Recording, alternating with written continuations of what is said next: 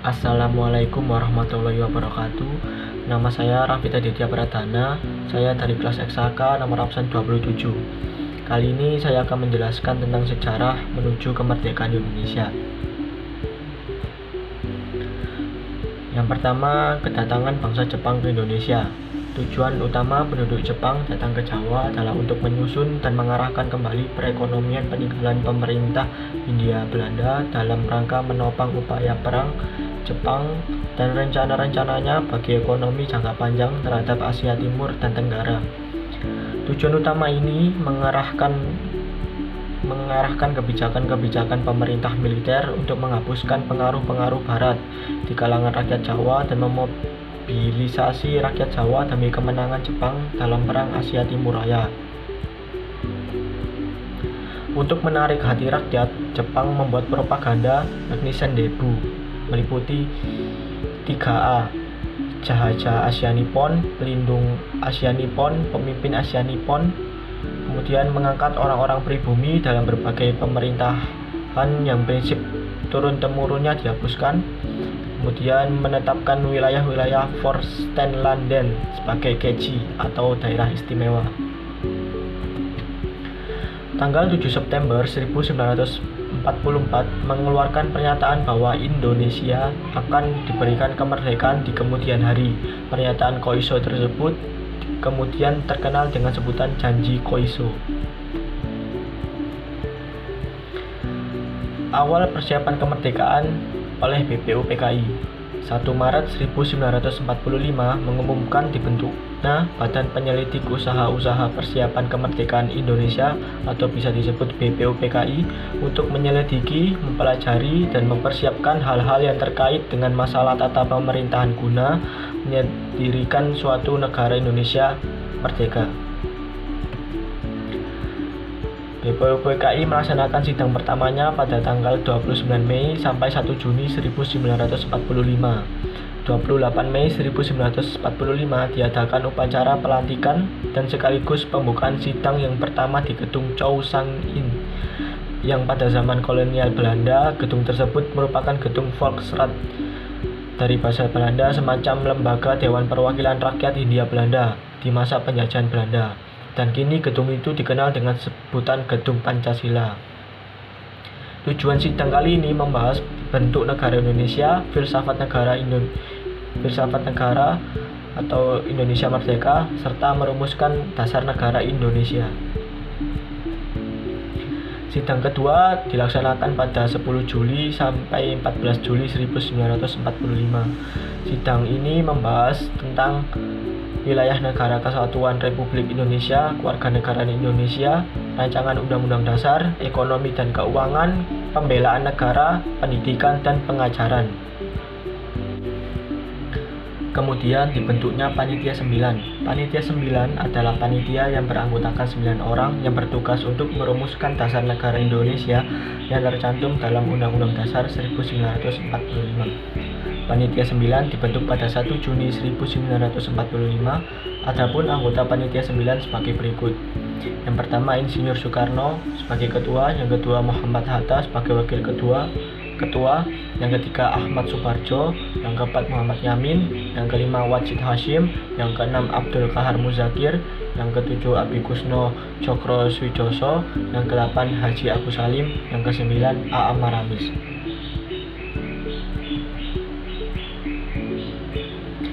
Setelah melakukan kompromi antara 4 orang dari kaum kebangsaan atau nasionalis dan 4 orang dari pihak Islam, tanggal 22 Juni 1945, Panitia 9 menghasilkan rumusan dasar negara yang dikenal dengan Piagam Jakarta.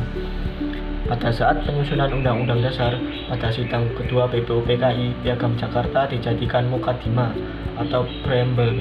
Selanjutnya, pada pengesahan Undang-Undang Dasar 1945 pada tanggal 18 Agustus 1945 oleh PPKI, istilah mukadimah diubah menjadi pembukaan Undang-Undang Dasar. Untuk menghindari perpecahan, butir pertama yang berisi kewajiban menjalankan syariat Islam bagi pemeluknya diganti menjadi ketuhanan yang Maha Esa oleh Muhammad Hatta atas usul A.A. Maramis.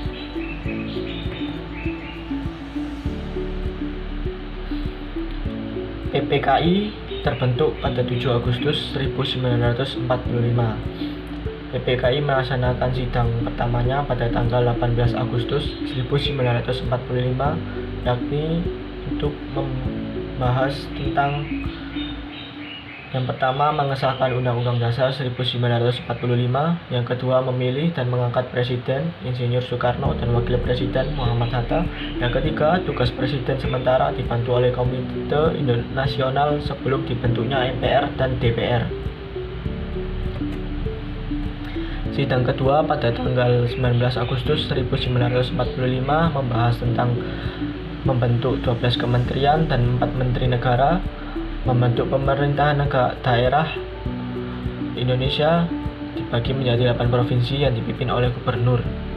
Kemudian sidang ketiga pada tanggal 22 Agustus 1945 membahas tentang yang pertama membentuk Komite Nasional Indonesia, yang kedua membentuk Partai Nasional Indonesia, yang ketiga membentuk Badan Keamanan Rakyat.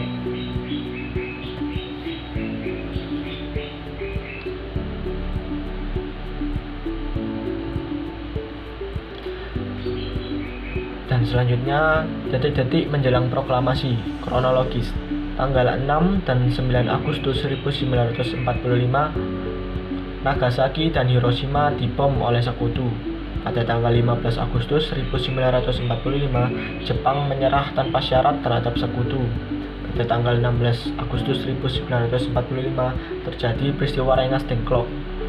Pada tanggal 17 Agustus 1945 proklamasi kemerdekaan Indonesia dilaksanakan.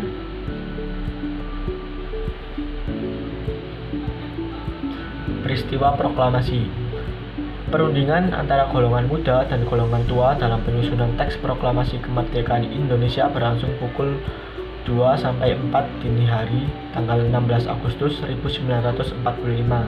Teks proklamasi ditulis di ruang makan Laksamana Tadashi Maeda di Jalan Imam Bonjol nomor 1 penyusunan nomor 1. Penyusunan teks proklamasi itu adalah Ir Soekarno, Muhammad Hatta, dan Ahmad Subarjo. Konsep teks proklamasi ditulis oleh Insinyur Soekarno sendiri di ruang depan. Hadir PM Diah, Sayuti Melik, Sukarni, dan Soediro. Sukarni mengusulkan agar apa yang menandatangani teks proklamasi itu adalah Insinyur Soekarno dan Muhammad Hatta atas nama bangsa Indonesia. Teks proklamasi Indonesia itu diketik oleh Sayuti Melik.